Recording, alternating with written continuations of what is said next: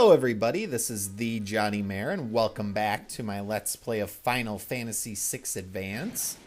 We are beginning to traverse the town of Zozo, which is a haven of liars and thieves, like the Harvester there. And what's interesting about the Harvester is if you steal from him, you can get silver spectacles or the old goggles.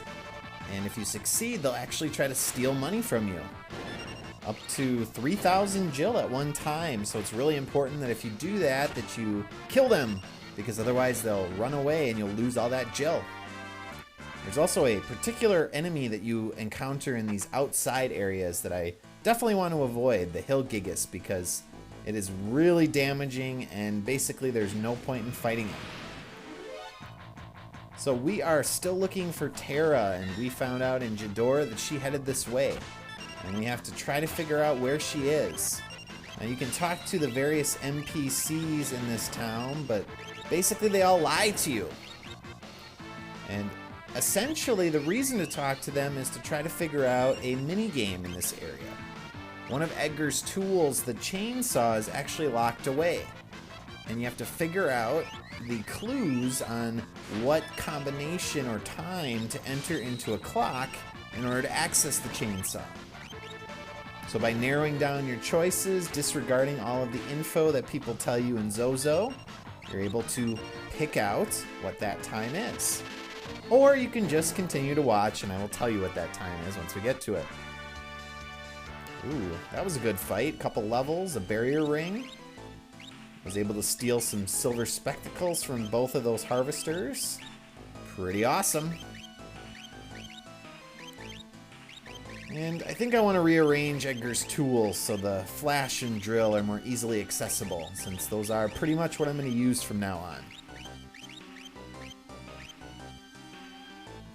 Now Zozo's a great time for me because there's a lot of nostalgia around this area of the game. When I used to play this game when I was younger, I had a cousin that would actually visit me on occasion on the weekend, and we would spend the weekend together. And invariably, whenever I would be playing Final Fantasy VI, or 3 for Super Nintendo, I would be around this point in the game when he would come to visit. During the summer, for example. And so, the original game allowed you to actually play multiplayer. You could assign a couple of the characters to be controlled by player 1, and a couple of the other characters to be controlled by player 2. So he would actually play along with me and control usually Locke and Celeste, since they tend to be a little bit more low maintenance at this point. This door is rusted shut. It comes into play much later in the game. So to this day, if I do talk to my cousin and mention Final Fantasy VI, he remembers the town of Zozo. And that's pretty much the only thing about the game that he can remember. And, of course, I remember it every time I visit, too. Now let's head back downstairs. We finished up this first area, and all we got out of it was an ether. Not the greatest, but oh well. If we head up from here, obviously we'll get in some more battles. But we're also going to head up and take care of that mini-game.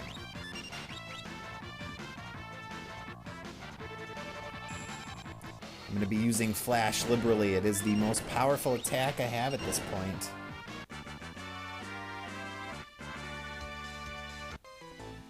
So by heading north up here, you have the one person in town who doesn't lie to you. Yes, this place is dangerous. And here is the clock. Set the hour hand at 6, the minute hand at 10, and the second hand at 50.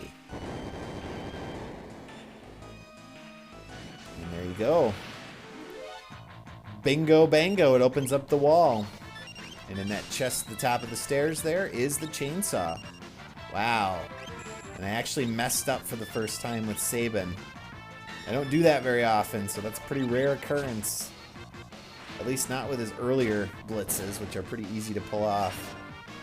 But yeah, that's what happens. If you enter a blitz command incorrectly, he just flashes and then it says incorrect blitz sequence. Alright, the chainsaw. Now, I don't actually use the chainsaw very often, simply because there's a randomness associated with it. Now, Edgar has two different attacks with the chainsaw that he can pull off. The first is a spinning attack, which does quite a bit of damage, and I like that attack quite a bit. And Celeste leveled up there and actually got a new magic spell. And if you head up here to the left and the west, there's actually a building with a potion. But to me, a potion is not worth getting in probably 3 or 4 more random battles, so I'm going to avoid it. Anyway, back to the chainsaw. It also has a second attack, which is a insta-kill.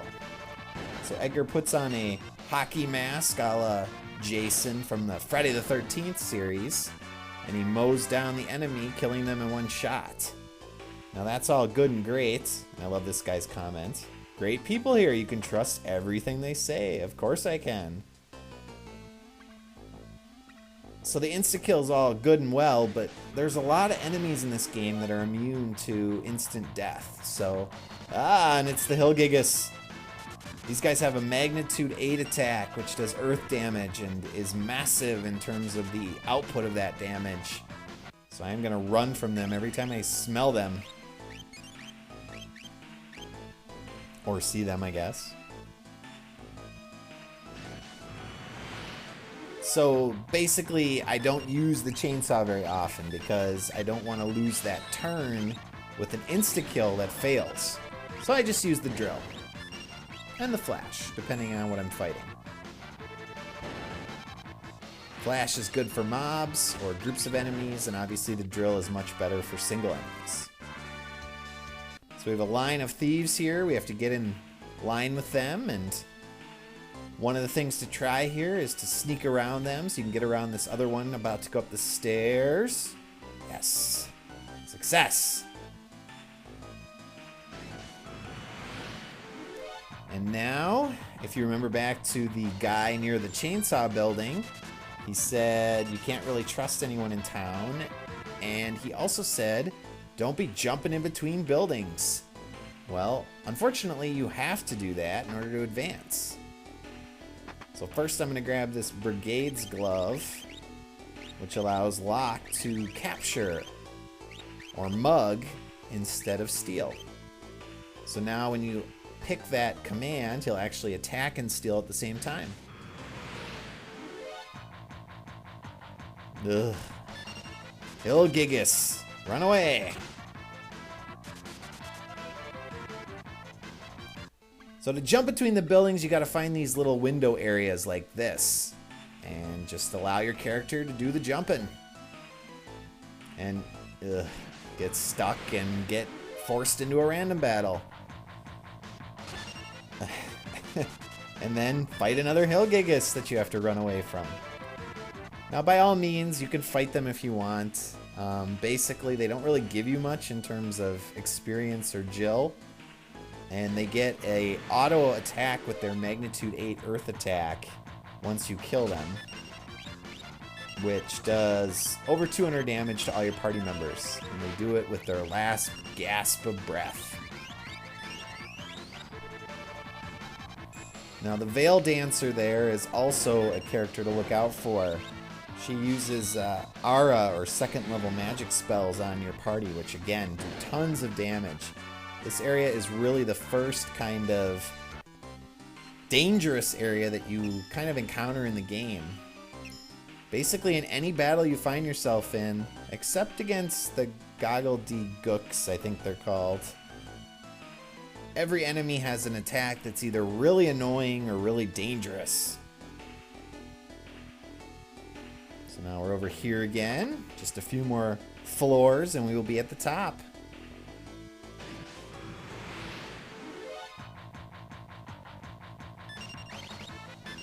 Let's see if we can kill her before she uses her magic attack. Nope. So that's the second level ice attack. Ugh. I actually thought Edgar was going to die there. Thank goodness he didn't.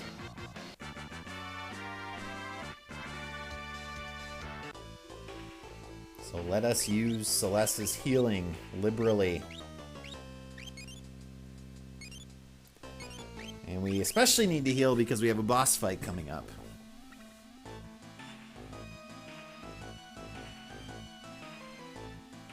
So we have one more item to get. We head outside and miss the staircase. No, not even with a side attack.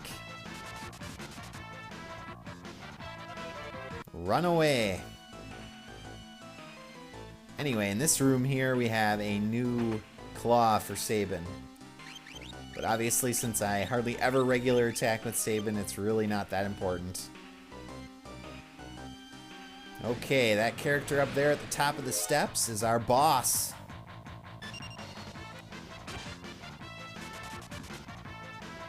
Hopefully we will fight him in the near future without having to go through any more random encounters. What do you think? Any more random encounters? Come on. Okay. Woo, no. So let's heal. And we are all set to take on this boss. We do need to get through.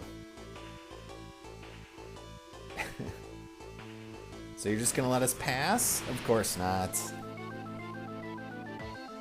It's, I guess, Dadaluma? Dadaluma, maybe? Never actually pronounced the name out loud. I've just kind of had that in my head pronunciation all these years.